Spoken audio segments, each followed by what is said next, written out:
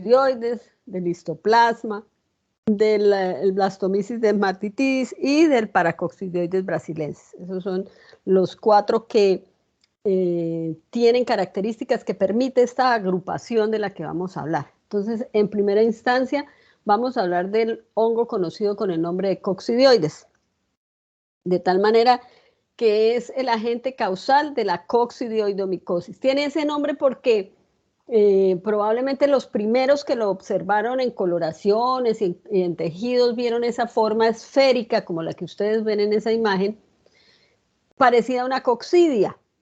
Entonces, pues le pusieron ese nombre. Las coccidias son parásitos, pero estos son hongos. Esa es la forma parasitaria del hongo, porque no debemos olvidar que son hongos dimórficos, que quiere decir que en vida libre son mohos y una vez que alcanzan hospederos de la temperatura de 37 grados centígrados, entre 35 y 40 más o menos, pues bioquímicamente se transforman ya en planos, en tejidos como los que son capaces de alcanzar y toman esta forma de esfera en el caso concreto del coccidioides.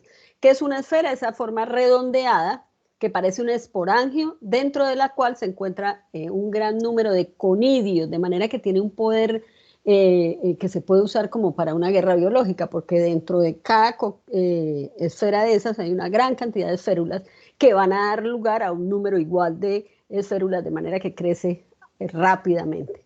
Entonces, la enfermedad producida por el coccidioides es una micosis profunda causada por 2 hongos dimórficos bifásicos denominados coccidioides. La coccidioidomicosis se caracteriza, bueno, los 2 hongos son el coccidioides immitis y coccidioides posadaci, que genéticamente están muy cercanos, casi que en el mismo clado, y que clínicamente van a expresar casi que la misma sintomatología, de manera que por el lado de la expresión clínica de la enfermedad no es fácil de identificar cuál es uno o el otro. Hay que hacer pues análisis genómicos y microbiológicos para diferenciarlos. Como característica propia presentan una gran o desencadenan una gran variedad de manifestaciones clínicas conocidas como una coccidioidomicosis primaria pulmonar, y aquí tenemos que detenernos también para mirar que el hongo en su vida libre es un moho que habita en el subsuelo con ciertas características climáticas que las vamos a nombrar, se multiplica, viene el aire de la zona y lo suspende en el aire, de manera tal que la vía de mayor, digamos, contacto con los hospederos es por la inhalación de los conidios, vía respiratoria alta, y bueno, ahí sigue su curso. Una coccidioidomicosis progresiva o diseminada que afecta piel, tejido celular subcutáneo, ganglios linfáticos, hueso, articulaciones, vísceras y sistema nervioso central. Casi que ningún sitio anatómico le es vedado. Hay una presentación clínica primaria pulmonar, ya la parte progresiva o diseminada, y cutánea secundaria de esa infección. Parte de la diseminación se puede hacer a piel, y también hay una cutánea primaria, es decir, no por inhalación se tiene contacto con el hongo, sino por un trauma a nivel cutáneo. Hay una implantación del hongo en la piel y se hace una manifestación clínica en piel que generalmente es como un chancro, una lesión endurecida, que en la mayoría de los casos resuelve sola, no se extiende. Bueno, en hongos en pacientes inmunocompetentes. Son hongos mitospóricos, dimórficos, bifásicos, que actualmente se clasifican como ascomicetes en el orden oningogenales. Producen la infección por 2 hongos de estructura muy similar, pero diferentes genéticamente, que se consideran especies crípticas, o sea, muy cercanas, que son el Coccidioides immitis y el Coccidioides posadaci. Dicho esto, entonces pensemos, si son endémicos, ¿cuál será el hábitat que les sirve a este tipo de hongos? Entonces, son esas zonas semidesérticas con tierras arcillosas, arenosas, donde hay poca precipitación pluvial, más o menos puede llover entre 150 a 500 milímetros cúbicos al año, con una temperatura promedio entre los 28 grados centígrados en verano y 7 grados centígrados en invierno, teniendo en cuenta que para nuestra región el invierno es una temperatura más baja, no hay los cambios de estación como hay en otras zonas fuera del Ecuador, de la línea del Ecuador. Esto es una propiedad que limita a Coccidioides imitis y a Posadacea hasta en dichas zonas. En un solo día la temperatura puede variar entre los 0 grados y los 45 grados. En el desierto del sur de los Estados Unidos, norte de México, en la península de La Guajira, en el estado Falcón de Venezuela, son las zonas endémicas que hay más o menos en las Américas, ¿no? Puede resistir altas temperaturas por encima de los 50 grados centígrados, son capaces de vivir hasta los 30 metros por debajo de la superficie y es en esas condiciones como se hace la multiplicación del hongo. El hongo es un hongo mitospórico, lo que quiere decir que no hace una reproducción sexuada, sino asexuada por división de la hifa, de manera tal que son artroconidios. Y esos fragmenticos, que son los artroconidios, son los que cuando vienen las épocas de viento, levanta la arena, pero también en la arena levanta los conidios. Entonces, cuando uno inhala la arena, pues entra en contacto con la arena, va a entrar en contacto con los conidios de estos hongos, que una vez en el hospedero, pues empieza su curso en el contacto con el hospedero. ¿Qué vamos a encontrar en pacientes que tienen contacto con este microorganismo? De los sujetos infectados, y teniendo en cuenta que infección es el contacto con el agente capaz de producir infección, el 60% está por completo asintomático. Entonces son esas personas por lo general que o viven ahí o van a paseo a esta zona, entran en contacto con el hongo, el sistema inmune es capaz de eliminarlo, bien sea las barreras físicas de la inmunidad innata, o ya puede alcanzar pues más allá de las narinas y demás, y a extenderse y tener contacto con los macrófagos alveolares y esto, y ser eliminado y el paciente no tiene ni idea de lo que pasó. En un 40% puede mostrar síntomas provenientes sobre todo de la infección pulmonar, tales como fiebre, tos, un dolor pleurítico en el tórax. El peligro de que surja un cuadro sintomático se agrava con la edad y con el estado de salud del paciente. Entonces, esas condiciones del hospedero son las que definen la presentación clínica, ¿sí? Porque la gente es capaz de producir el proceso infeccioso y la enfermedad, y porque tiene paquete enzimático, porque esto tiene melanina, bueno, en fin, por todo lo que es la capacidad de virulencia que tiene. El mismo potencial biótico, es decir, el de poder transformarse en una levadura en el hospedero que le da mayor potencial de extensión en el tejido, de poder a veces evitar la fagocitosis completa, eso también.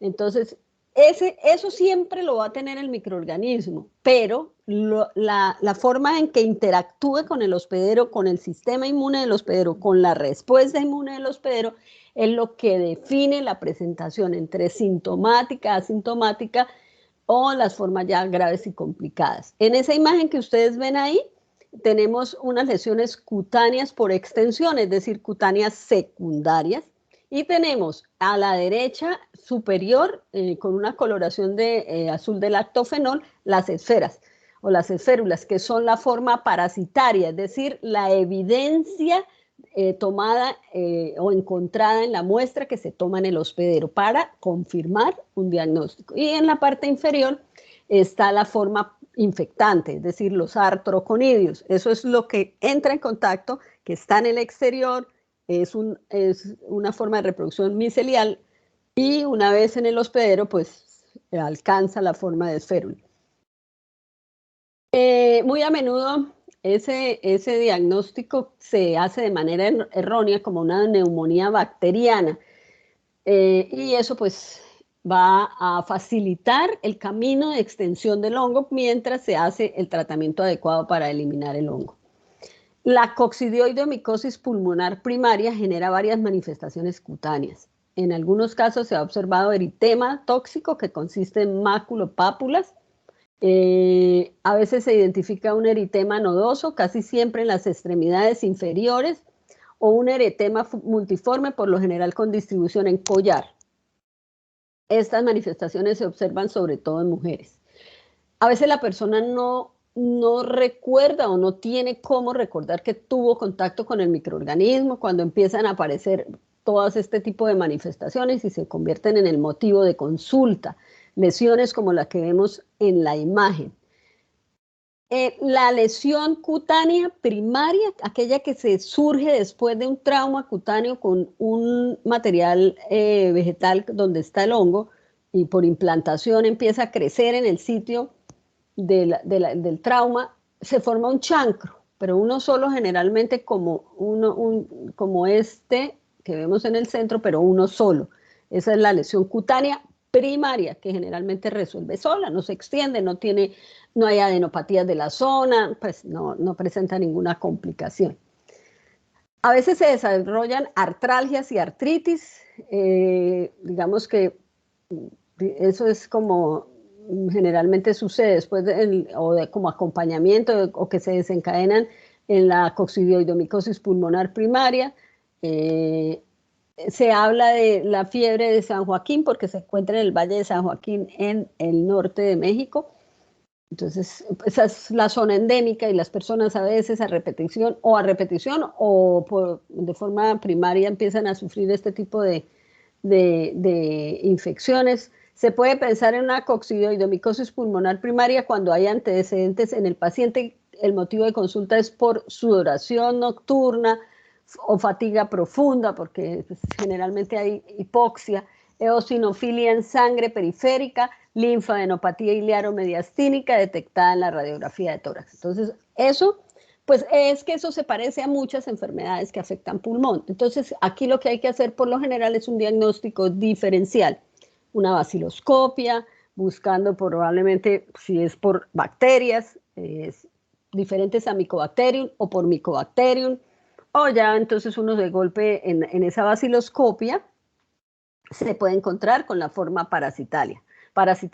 En el dolor pleurítico es frecuente, a veces ese dolor es frecuente, pero lo que no es frecuente es el derrame pleural y solo se presenta en menos del 10% de los casos. Los derrames de ese tipo siempre van acompañados de un infiltrado pulmonar del mismo lado. En las células que se pueden encontrar en esa muestra del derrame pleural generalmente son mononucleares y rara vez se puede aislar el coccidioides. Entonces fíjate que aquí se complica el diagnóstico, ¿no? Mucho de clínica, de rayos X, de TAC y probablemente de PCR en la muestra del derrame pleural, porque la coloración o el cultivo no son muy específicos, o no vamos a encontrar el coccidioides como tal. La coccidioidomicosis pulmonar primaria casi siempre se resuelve sin secuelas en semanas, cerca al momento del inicio del proceso infeccioso. Eso depende del estado de salud del paciente, del tamaño del inóculo, digámoslo así, porque eso es, digamos, esas dos condiciones son las que resuelven la complicación o no del proceso de tener contacto con el microorganismo. ¿Qué complicaciones se pueden encontrar en las personas en las cuales no hay una resolución de la infección primaria? Existe la posibilidad de varias complicaciones neumónicas, nódulos pulmonares, que son residuos de la neumonía primaria. Los nódulos casi siempre son únicos, localizados a nivel de lóbulos superiores con un tamaño más o menos de 4 centímetros de diámetro, que por lo general son descubiertos en una radiografía sistémica en un paciente asintomático. Entonces casi siempre es como un encuentro fortuito en una placa que se hace por otro evento de salud. La calcificación no es frecuente. Los nódulos pulmonares por coccidioides pueden ser difíciles de distinguir de las neoplasias malignas pulmonares en las placas de rayos X. Los nódulos por coccidioide a menudo se intensifican en las tomografías computarizadas por emisión de positrones, entonces ahí sí se pueden, digamos que, diferenciar. A veces lo que hay que hacer tomar es material para biopsia para poderlos, digamos que, clasificar o diferenciar. A veces se pueden encontrar múltiples nódulos en las coccidioidomicosis. Obviamente aquí hay que hacer biopsia para buscar la estructura patognomónica de la coccidioidomicosis que ayuda a confirmar el diagnóstico de este proceso infeccioso. ¿Qué pasa cuando hay una diseminación fuera de la cavidad torácica? Entonces, sucede en el menos del 1% de los sujetos infectados. Fíjense que es muy baja el potencial. Es que casi el hongo no es un patógeno primario per se, sino es un oportunista en el hospedero. ¿Quiénes pueden sufrir eso? Hay mayor incidencia en varones, sobre todo se ha encontrado en estudios los varones que viven en Estados Unidos, pero son descendientes de raza negra o de filipinos, y obviamente en las personas que tienen una disminución marcada de la inmunidad de tipo celular, como son los pacientes con VIH-Sida, menos de 250 linfocitos TCD4 por microlitro en sangre. Esos son pacientes con SIDA y son pacientes que sufren comorbilidades, entre otras cosas, con coccidioides. Y generalmente resulta que la infección por coccidioides termina siendo el factor marcador de la infección con VIH, o sea, pacientes que no saben que tienen VIH y empiezan a sufrir este tipo de coinfecciones, a veces a repetición, que son el motivo de consulta, y entonces pues hay que pensar, bueno, ¿qué es lo que está pasando? Porque fíjense que tiene muy bajo potencial de virulencia el hongo. No es una infección que suceda en una gran cantidad de pacientes. A quienes son sometidos también, o sea, no solamente los que tienen una disminución de CD4 por una infección, sino en la disminución de las células de la defensa por iatrogenias, es decir, tratamientos prolongados por glucocorticoides, aquellos que pues, se les dan para que reciban y toleren el trasplante, con los que son tratados con antagonistas del factor de necrosis tumoral alfa, que pues el factor de necrosis tumoral alfa, entre otras cosas, es parte de esa respuesta frente al Mycobacterium, que pues, decide la presentación clínica de la infección por Mycobacterium tuberculoso. Y en este caso, pues también se necesita para que se complemente esa respuesta, porque en últimas es una enfermedad granulomatosa, porque se forma un granuloma para tratar de detener el avance del microorganismo. Las mujeres que se infectan durante el segundo o el tercer trimestre de la gestación también están en peligro de tener la enfermedad diseminada. Generalmente el microorganismo se puede diseminar a la piel, a los huesos, a las articulaciones, a partes blandas, a meninges. Puede ocurrir por vía, pues primero por las infecciones a nivel pulmonar, de manera sintomática o asintomática, y afectar un solo sitio o varios focos anatómicos. Entonces, eso también deriva de la respuesta inmune del paciente. Cuando tiene lugar esa situación en que pueda diseminarse, suele manifestarse en los primeros meses que siguen a la infección pulmonar primaria. O sea, no es una enfermedad que se vuelva crónica y se demore un montón de tiempo, no. En tiempo corto empieza a hacer una manifestación por diseminación a los órganos. Obviamente, pues se hace la manifestación propia de la lesión en por el daño sobre el órgano, se vuelve sistémica y empieza a haber manifestaciones propias por el daño sobre el órgano donde se está multiplicando. En el caso de meningitis por coccidioides, sin tratamiento, la meningitis de este tipo es letal. El cuadro inicial incluye cefalea persistente, que a veces está acompañada de letargo y confusión, con rigidez de la nuca, que generalmente no es muy intensa, pero sí se presenta. Cuando se hace análisis del líquido cefalorraquídeo, hay pleocitosis a base de linfocitos con hipoglucorraquia profunda y hiperproteinorraquia. Son digamos, los marcadores propios que se encuentran en una meningitis, hipoglucorraquia e hiperproteinorraquia. Lo que sí cambia en relación, por ejemplo, a las meningitis de tipo bacteriano, es que la pleocitosis es a base de linfocitos, mientras que en las de tipo bacteriano lo que se encuentra son polimorfonucleares, ¿sí? Son meningitis piógenas. Entonces, esa sería una de las diferencias. Pero si miramos, pues la sintomatología es parecida. ¿Por qué? Porque el órgano que está afectado se manifiesta así cuando se produce inflamación. A veces hay eosinofilia en líquido cefalorraquídeo.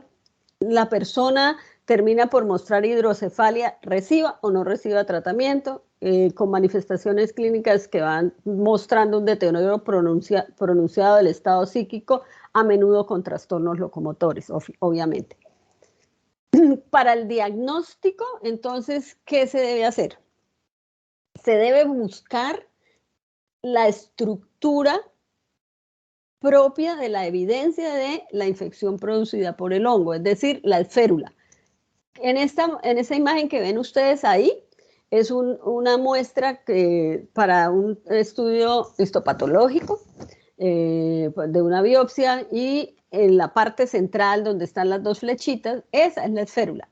Es una esfera grande con bordes refringentes y dentro están las pequeñas esférulas. Es un esporangio, si uno lo puede clasificar. Se puede hacer PCR, se debe hacer biopsia, porque ya hablamos nosotros que a la final termina confirmándose es con un estudio histopatológico, títulos de anticuerpos de tipo IgM e IgG para confirmar. La otra cosa que se puede hacer es una introdermoreacción con un derivado del hongo que se lo ponen a las personas, como se hace la prueba de PPD para la tuberculosis, o sea, la tuberculina, y se lee pues la induración que se forme de acuerdo a si hay o no proceso infeccioso. Las personas que habitan en las zonas endémicas son positivas para la introdermoreacción porque están expuestas a tener contacto con el hongo. Y ahí entonces tienen que evaluar si la persona es pues tiene una respuesta inmune, pues no hay una respuesta adecuada del sistema de tipo celular, porque por lo general estas introdermoreacciones son para medir la respuesta celular. Esa imagen que ven ustedes con la letra A es la muestra tomada de un paciente para observar con coloraciones propias para histopatología, y ahí se ve la esférula, bien grandecita la esfera, con las esferas, las pequeñas esférulas en el interior. La más grande que está completa, y hay una a la izquierda que es la que ya está como rótica y está liberando las esférulas pequeñas. A la letra B, entonces están los artroconidios, que es la forma infectante. La de la letra A es la forma parasitaria. En el paciente no vamos a encontrar artroconidios, porque una vez en el hospedero, con la temperatura homeotérmica, pues empieza a tomar una forma de esfera, y esto es lo que vamos a encontrar en el paciente. Cuando uno encuentra eso, más toda la clínica, pues desde el apoyo paraclínico le van a ayudar a confirmar o a pensar en otra pues en otro agente causal. Aquí está el ciclo de vida del hongo en la parte inferior y el ciclo infeccioso en el hospedero en la parte superior. Una vez que los artroconidios son inhalados por pulmón, llegan alvéolos y empiezan a alcanzar la forma de esfera o de esférula, y hace todo el ciclo que se va multiplicando en el interior. La esfera se rompe, libera las esférulas pequeñas y vuelve a empezar el ciclo nuevamente en el mismo tejido, o logra extenderse, todo depende de las condiciones del hospedero. Eso es más o menos a grandes rasgos lo que es el coccidioides y la coccidioidomicosis. Ahora vamos a Profe, hablar del señor, dígame. profe, el periodo eritematoso se da al mismo tiempo que la coccidiomicosis pulmonar primaria, o el periodo eritematoso se da es cuando hay un trauma cutáneo. No, a ver. La coccidiosis pulmonar primaria genera manifestaciones cutáneas, pero obviamente esas manifestaciones cutáneas no son primarias, ¿sí? Son derivadas de la infección pulmonar, ¿ok? Entonces Sí. Cuando hablamos de lesiones cutáneas primarias, es porque el sitio o la forma de infección es directamente sobre el sitio donde aparece la lesión. No por extensión de una lesión primaria, no, sino porque la lesión primaria, es decir, la infección empieza ahí, en ese sitio, donde por un trauma cutáneo, por implantación, pues empieza ahí la lesión, ¿ok? O sea, eso nos deja en el panorama de que hay lesiones cutáneas primarias y lesiones cutáneas secundarias. Secundarias derivadas de una infección pulmonar En este caso, primaria. las secundarias, sí, serían secundarias, valga la redundancia, a la coccidiomicosis pulmonar primaria. Exactamente. ¿Listo? Listo, profe. Gracias. Sí, listo.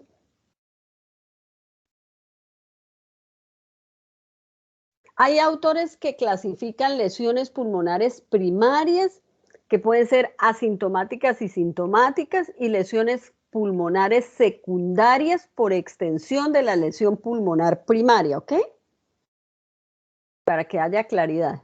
O sea, es ese paciente en el que no resuelve el proceso, más o menos lo que dijimos, y empieza a extenderse en el tiempo con todas las complicaciones de las que hablamos. Pero fíjese que dice que es más o menos un 1% de las personas infectadas, ¿ok?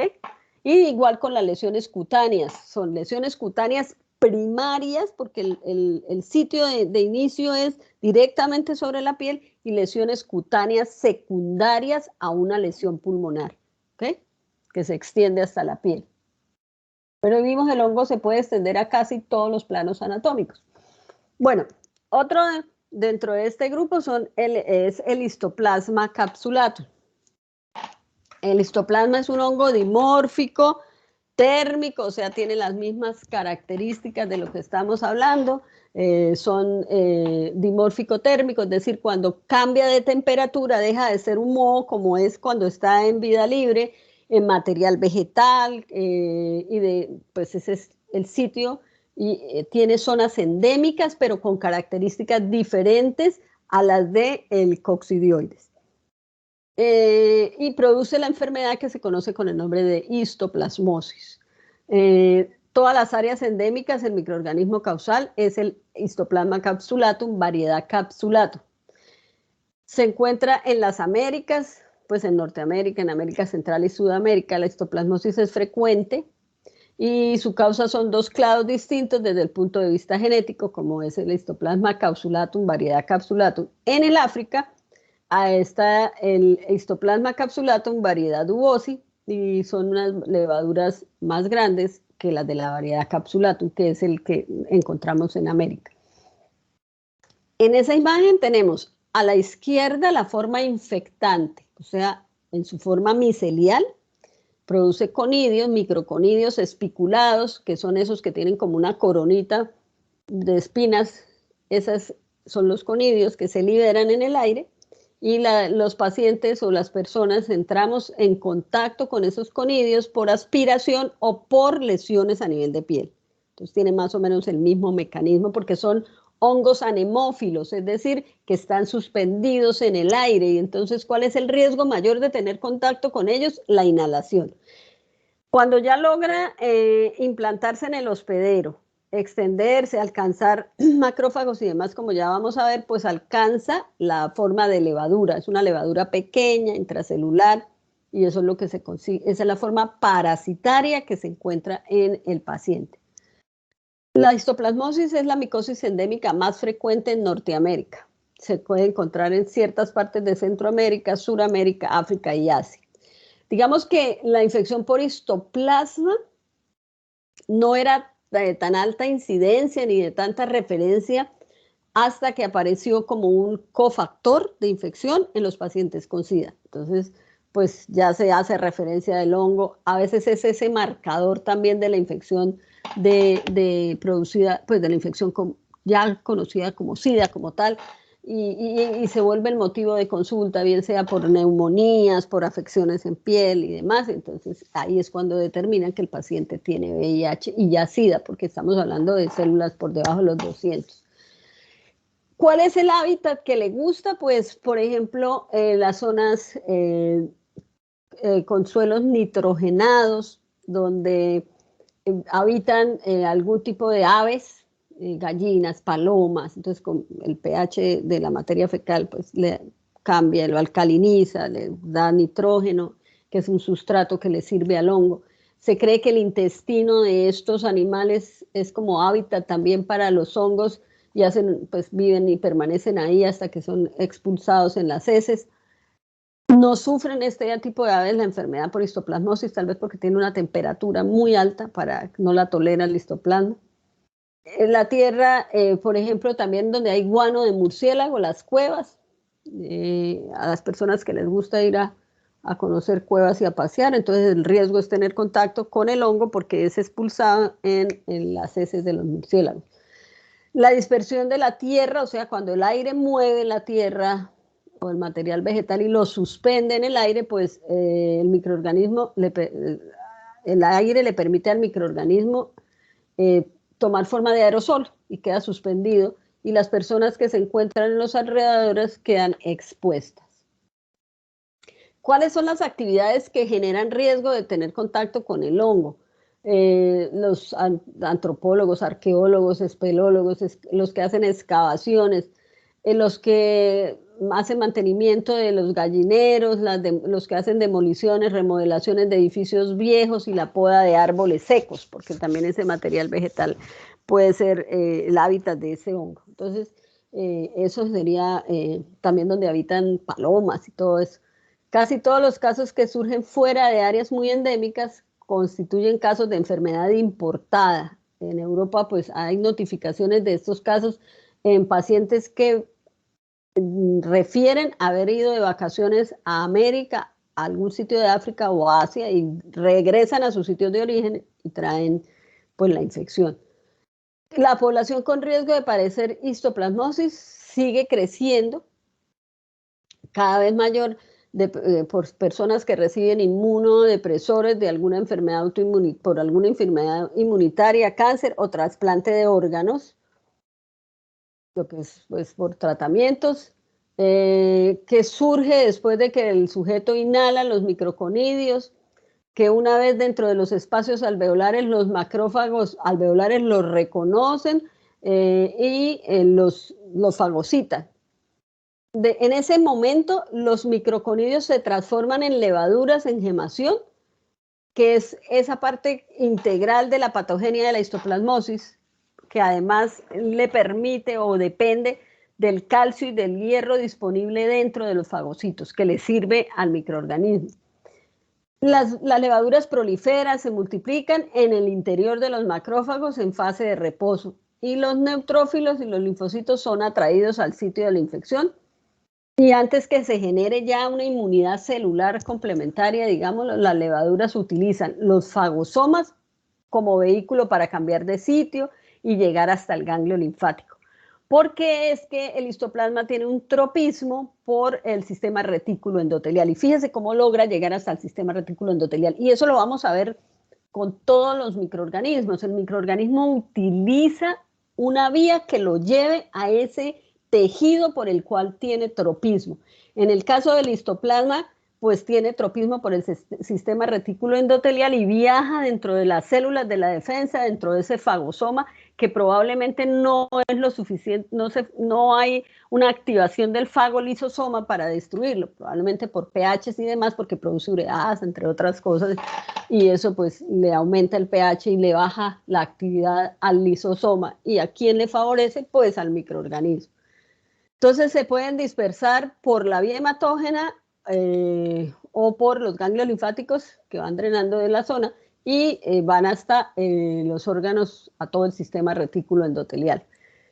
Unas 2 semanas después de la infección se desarrolla inmunidad celular suficiente, viene la actividad de los linfocitos T, la activación de interferón gamma para obviamente complementar la respuesta de la fagocitosis, tratar de destruir el microorganismo y controlar la evolución de la enfermedad. Fíjense que nos refieren linfocitos T. Por eso es que los pacientes con VIH-Sida son tan sensibles a esta coinfección y a que se agrave el cuadro de coinfección, porque pues, los linfocitos T en ese tipo de pacientes no es que esté en un número adecuado ni pueden una actividad. También hay el factor de necrosis tumoral alfa, que van a ayudar, y las interleuquinas 12, o sea, todo ese tipo de citoquinas y demás para complementar la respuesta inmune. En un paciente inmunocompetente, al final, pues hay los macrófagos y junto con linfocitos, células epiteliales, van a formar un granuloma en cuyo interior están los microorganismos y es la manera de limitarlos y destruirlos.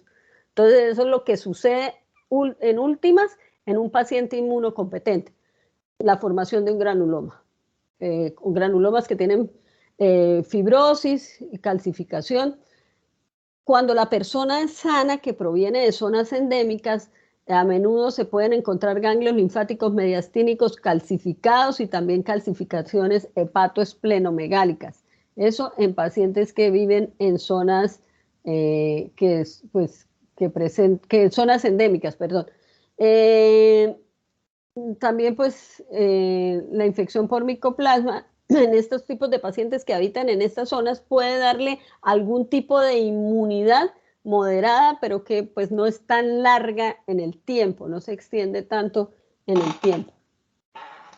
En personas en quienes es deficiente la inmunidad celular, la infección no se contiene. Entonces, se disemina por todo el sistema retículo endotelial. En este tipo, fíjense que aquí no es tanto el potencial, o coinciden las dos cosas, el potencial de virulencia del hongo y obviamente la capacidad de responder de los hospederos, sino ahí lo que hemos dicho en la línea de defensa que se vaya formando y presentando cada uno de los actores de la respuesta inmune, pues va a suceder que la infección se va a extender y se produce lo que conocemos como una histoplasmosis diseminada progresiva, que puede afectar múltiples órganos, pulmón, médula ósea, vaso, hígado, suprarrenales y membranas mucocutáneas. A diferencia de la tuberculosis latente, la histoplasmosis latente rara vez se reactiva, porque también puede entrar en una fase de latencia, pero pues eso se presenta en pacientes que no tienen una respuesta muy asertiva. Aquí en la imagen está todo el ciclo de infección en el paciente, desde la vida libre del hongo, que es la forma micelial, hasta la inhalación, ya la implantación y la extensión, pues como es fagocitado, por eso se considera un microorganismo intracelular. Las levaduras son intracelulares y por eso es que son difíciles de observar directamente. En el espectro clínico de la histoplasmosis, que va desde la infección asintomática hasta un cuadro que puede ser letal. La rapidez del ataque y la magnitud de la gravedad de la enfermedad depende de la intensidad de la exposición, es decir, de la dosis infectante, el estado inmunitario de la persona expuesta y la estructura básica del pulmón del hospedador. Y habría que tener en cuenta otra cosa, la virulencia de la cepa, porque no todas las cepas tienen la misma virulencia, la misma capacidad de virulencia. Pero si nos detenemos un momentico ahí, casi todo lo define el paciente, porque habla del estado inmunitario de la persona y la estructura básica del pulmón del hospedador. O sea que si encuentra el campo abierto, él tiene el potencial de virulencia para afectar gravemente al paciente. En las personas con una buena función inmunitaria y un bajo nivel de exposición, casi ninguna de las infecciones por histoplasma genera síntomas, o si los muestra son muy leves y ceden por sí solos. En los pacientes que residen en áreas endémicas, entre un 50 y un 80% de estos muestran evidencias de infecciones previas en pruebas cutáneas, que es la intradermorreacción por un derivado que es la histoplasmina, o radiografías en pacientes que por otra patología le hacen una placa de rayos X, pero no tienen ninguna manifestación clínica propia de la histoplasmosis. En las tomografías computarizadas de tórax que se han encontrado cuando se hacen pues, exámenes para detectar cáncer pulmonar entre fumadores, sobre todo en los de las regiones endémicas, se han observado con frecuencia nódulos pulmonares asintomáticos que demuestra que el sistema inmune del hospedero pudo controlar la infección o la invasión por el microorganismo. Profe, En el caso, señor, dígame. profe, usted está pasando las diapositivas, es que yo me quedé en la Sí. diapositiva 20, no sé si algún ¿Cuál otro será la compañero. 20? A ver, 20 sería como esta. ¿Sí? Ahí se quedó. Sí, 2 semanas después. sí, pero no sé si mis otros compañeros también estén igual. No sé, pero nadie dice nada. Usted es el Sí, único profe, que... yo tampoco, Sí, yo yo también tampoco estoy en lo la veo. Profe, sigue en la 20. Ah, pero estaban calladitos, ¿no? Pues no sé, porque yo ya iba como en la 24. Nada, ¿no ha pasado? No, La profe. señora. todavía no. Ay, Dios, ya empezó a molestar. A ver, ¿qué hacemos? Salgo y vuelvo a entrar. No, voy a cerrar la presentación y vuelvo y la abro, ¿ok?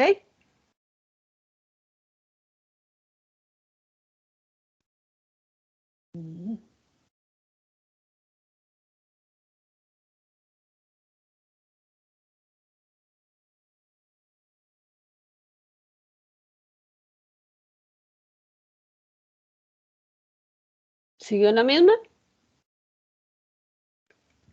No, ahora mismo no aparece nada, profe.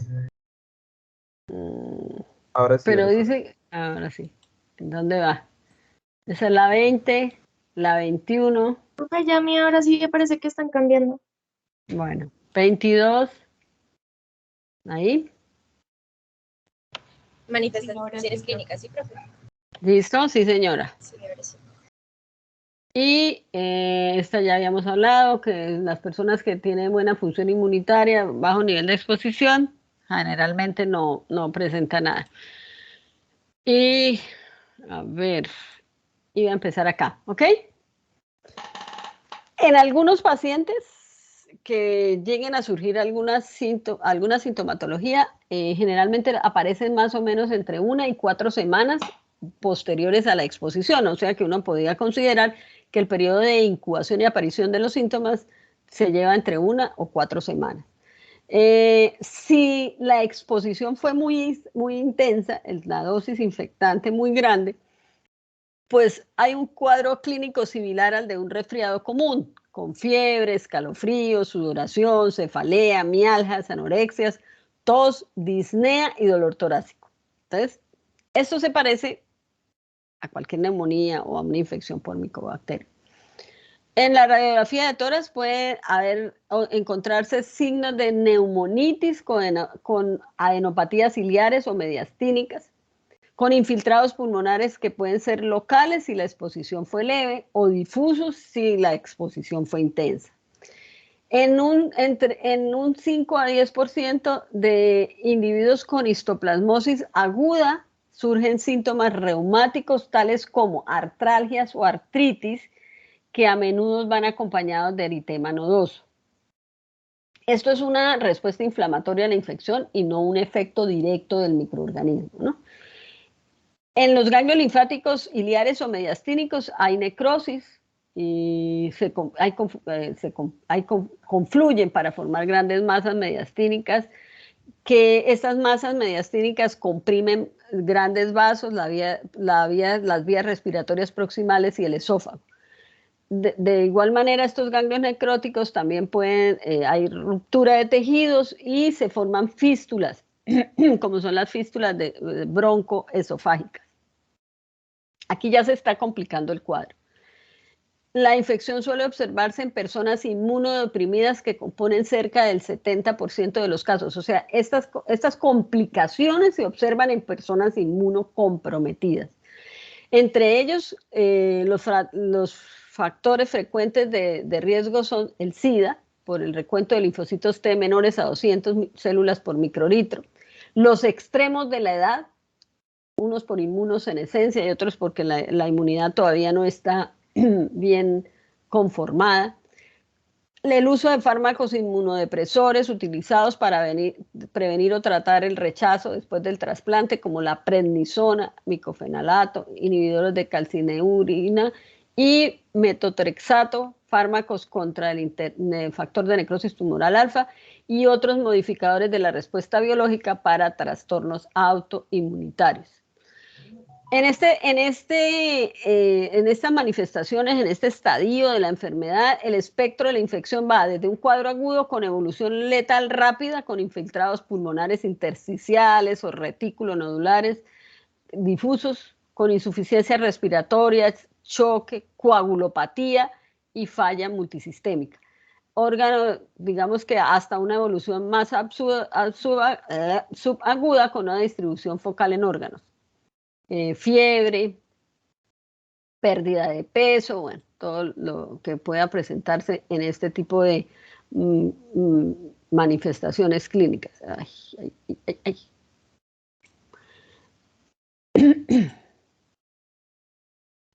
Se puede encontrar también hepatoesplenomegalia y trombocitopenia, sin olvidar que el tropismo específico es el sistema retículo endotelial.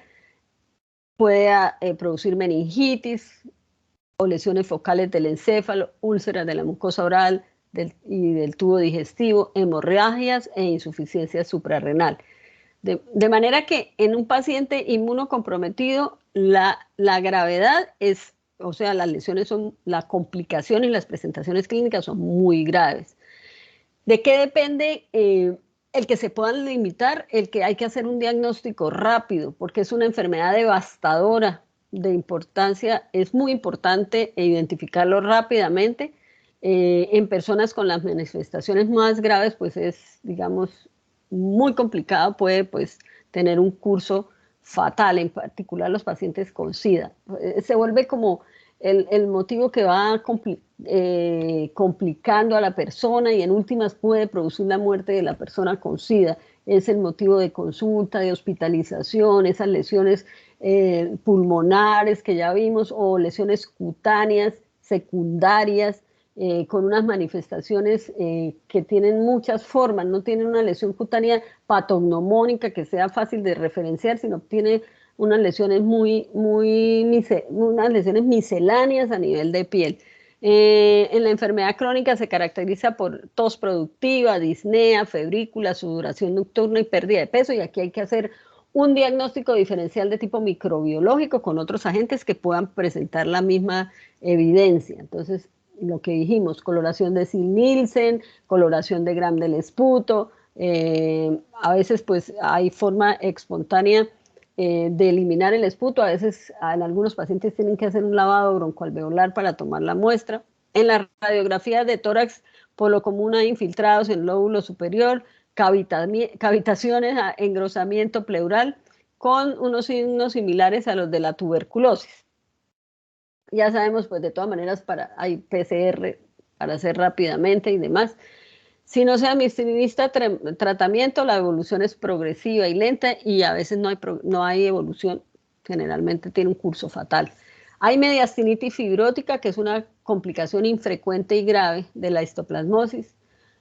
Algunos pacientes, después de la infección aguda, por algunas razones que no son del todo conocidas, presentan una fibrosis progresiva alrededor de los ganglios linfáticos de ilio y los mediastínicos. La afectación en algunos pacientes es unilateral o bilateral, y cuando es bilateral el pronóstico pues es más complicado. Entre las manifestaciones principales está el síndrome de vena cava superior, la obstrucción de vasos pulmonares, las vías, y también la obstrucción de vías respiratorias. La persona puede presentar neumonías recurrentes y en el paciente con SIDA ese es el motivo de hospitalización y consulta. Hemoptisis, insuficiencia respiratoria. La mediastinitis fibrótica es letal en el 33% de los casos. Y aquí están los factores de virulencia. ¿Por qué el microorganismo puede producir y desencadenar todo esto si es un microorganismo de vida libre que está en las plantas degradando allá material para lo que vinieron a este mundo?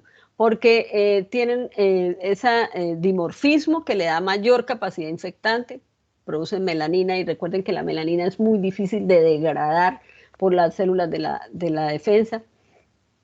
Se transforman en una levadura intracelular y eso le da mayor capacidad de invasión porque esa forma le ayuda, y ya lo explicamos, a evadir la respuesta inmune.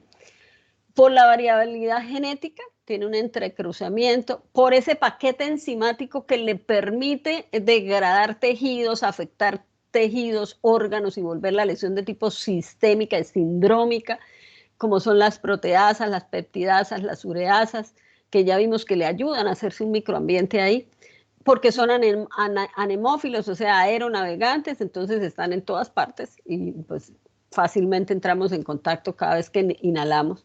Por la termotolerancia, son resistentes a la desecación, al calor, y porque pues se transforman cuando alcanzan otras temperaturas, y por la pared celular con alfa-glucanos que le da una estructura rígida, o sea que ellos tienen varias factores de virulencia. Para el diagnóstico, además de la clínica, bueno, en la evidencia de que es una comorbilidad, pues puede ser un paciente que está trasplantado, entonces ya hay una referencia de que eso es un factor de riesgo, o un paciente que viene porque tiene esas neumonías a repetición, o las lesiones de piel, y pérdidas de peso ponderadas, o sea, no son 2 kilos o 3 kilos, y no son voluntarias las pérdidas de peso. Entonces se puede hacer el apoyo desde paraclínico para confirmar diagnóstico. El examen directo para observación en KOH no es muy útil porque la levadura es intracelular, entonces eso ya dificulta la observación. Las muestras pueden ser esputo, líquido cefalorraquídeo, aspirado de médula ósea, tejido para biopsia. Se puede hacer coloraciones como Grocott, PAS, Gomori, para buscar las levaduras intracelulares. Esos pacientes tienen velocidad de sedimentación globular elevada, pancitopenia, aumento de ferritina sérica, aumento de fosfatasa alcalina, intradermorreacción positiva, detección de antígeno circulante, que ya lo vimos, y obviamente la PCR específica para determinar la presencia del microorganismo. El tratamiento sulfas, azoles, anfotericina B, dependiendo, pues, a veces lo que hacen es combinados de más de dos. En los pacientes con VIH-Sida, generalmente entran como en la duda en si empiezan primero la terapia antirretroviral o el tratamiento contra el histoplasma, porque se observa lo que se conoce como el síndrome de reactivación inmunológica, que hace que las lesiones se exacerben cuando empiezan la terapia antirretroviral. Pero hay que limitar el avance del hongo y pues hacerle tratamiento al VIH-Sida, si se puede. Bueno, hay otro hongo de este grupo dimórfico, endémico, que produce micosis sistémicas, que es el Blastomyces dermatitidis. Blastomyces porque si ustedes observan la forma parasitaria, que es la de la imagen A, son levaduras monogemantes, entonces y dermatitis porque pues produce lesiones en piel, pero también puede producir lesiones en cualquier órgano. Y en la imagen B, en la forma infectante, que es un moho de vida libre, no es propio de nuestra región, se encuentra más en Norteamérica, en la zona de los Grandes Lagos, pero pues nadie está exento de ir por allá y llegar con la micosis. La blastomicosis es una infección piogranulomatosa sistémica que afecta principalmente pulmones y que se origina por inhalación de los conidios de Blastomyces dermatitidis. La blastomicosis pulmonar varía desde una infección asintomática hasta una neumonía aguda o crónica. La vía de diseminación puede ser hematógena, con una diseminación a piel, huesos, aparato genitourinario. Sin embargo, digamos que puede infectar o extenderse, diseminarse a casi todos los órganos, ¿no? Digamos que no tiene un órgano específico, pero se observa más como en piel y en huesos, con esas lesiones que pueden ser supurativas en esos sitios. ¿Cuáles son los factores de virulencia? Pues más o menos los mismos que hemos venido hablando. Es un hongo dimórfico, que eso le da mayor capacidad infectante, con melanina, con rigidez de la pared celular por los alfa-glucanos y galactomananos, con adhesinas, obviamente, con moléculas de adhesión, con un paquete enzimático robusto, con melanina, ureasas, proteasas, adhesinas. Igual, anemófilo, dispersión aérea, más fácil que poder entrar por la vía aérea superior, pues no hay nada. ¿cierto? Porque ni siquiera hay necesidad de un trauma cutáneo, ni del consumo de alimentos, ni de nada, nada. Usted respira y entra, listo. La ureasa, que le da mayor potencial de invasividad porque le ayuda a transformar el pH del sitio y demás. Cuando se aumenta el pH, generalmente el ácido nítrico o nitroso no es activo para destruir este tipo de microorganismos, entonces se pierde esa protección que tenemos. Como formas clínicas se puede encontrar a nivel pulmonar, geniturinario, cutáneo, del sistema nervioso central, óseo, diseminada y miscelánea. Total, que en casi todos lados, ¿cierto? ¿Qué vamos a encontrar? En la forma pulmonar, que en la mayoría de los pacientes es subclínica. Cuando hay sintomatología es como si fuese una neumonía con dolor torácico, con afección pleural. A la placa de rayos X se observan opacidades bronconeumónicas. Las lesiones pulmonares son de tipo granulomatosa, pequeñas y con zonas de necrosis. Las formas agudas y crónicas se pueden encontrar y porque se pueden volver, pues, cronificarse esas lesiones pulmonares, o son de presentación aguda o son de presentación crónica. Y hay lesiones cutáneas primarias por una implantación, por un evento de trauma sobre la piel, más o menos lo que venimos hablando, que son poco frecuentes. Una lesión primaria como un chancro en el sitio. Las lesiones cutáneas secundarias se hacen por una diseminación por la vía hemolinfática. Generalmente afecta a nivel de los huesos propios de la nariz y del tejido. Es una lesión pruriginosa, dolorosa. En hueso este microorganismo casi que actúa como un patógeno primario. No necesita pues que haya una depresión del sistema inmune para que actúe como un patógeno. Produce periostitis, osteofibrosis, osteólisis y artritis purulenta. Para el diagnóstico hay que buscar la evidencia de la presencia del hongo en el hospedero y recuerden que como es dimórfico, no es un moho lo que vamos a encontrar en el hospedero, sino una levadura. Se pueden observar en KOH, son blastoconidias, o sea, levaduras gemantes, monogemantes, de pared gruesa y refringente. Se puede también tomar tejido para histopatología, cultivos, pruebas inmunológicas, radiografías y tomografías axiales, la identificación del DNA del microorganismo por la técnica quimioluminiscente y obviamente la PCR.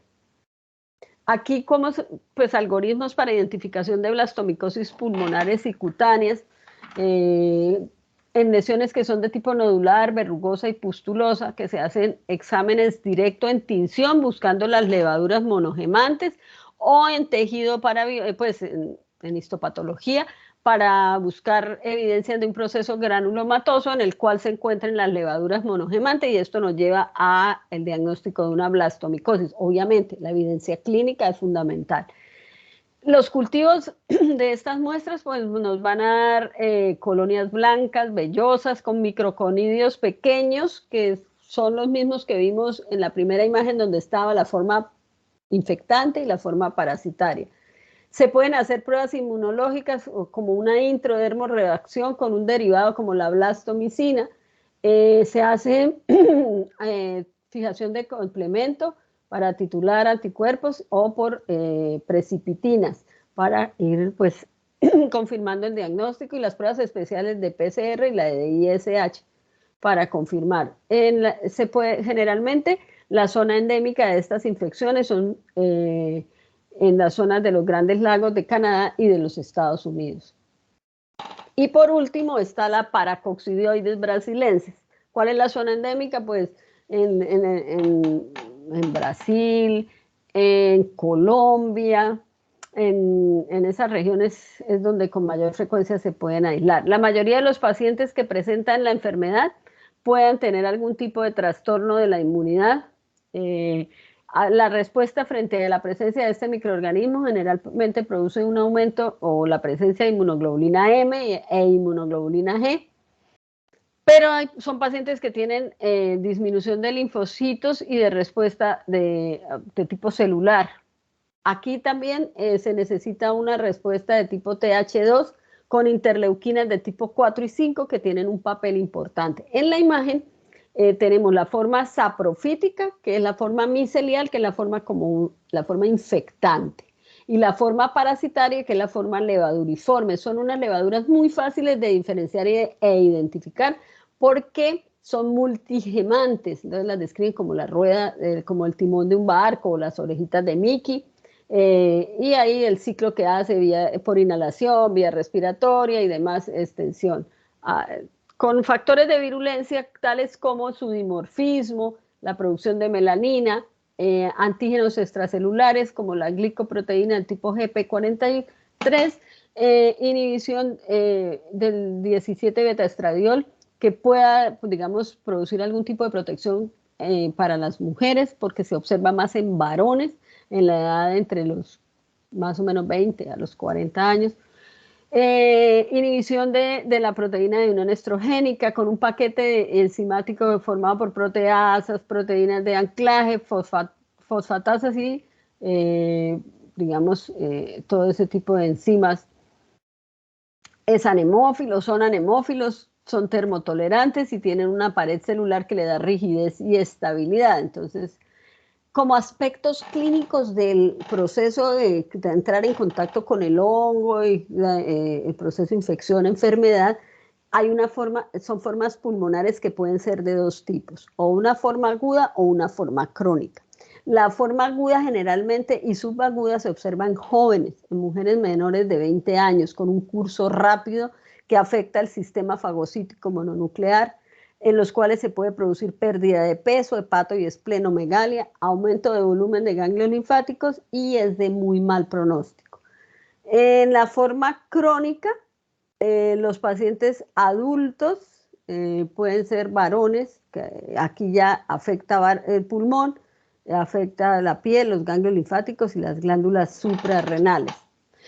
En la forma aguda entra por la vía por inhalación, pero no se implanta a nivel de pulmón. Se extiende de una vez a los órganos del sistema retículo endotelial o del fagocítico mononuclear. En la paracoccidioides pulmonar puede presentarse de manera aguda, como una neumonía de mal pronóstico, o la forma crónica que semeja a una tuberculosis.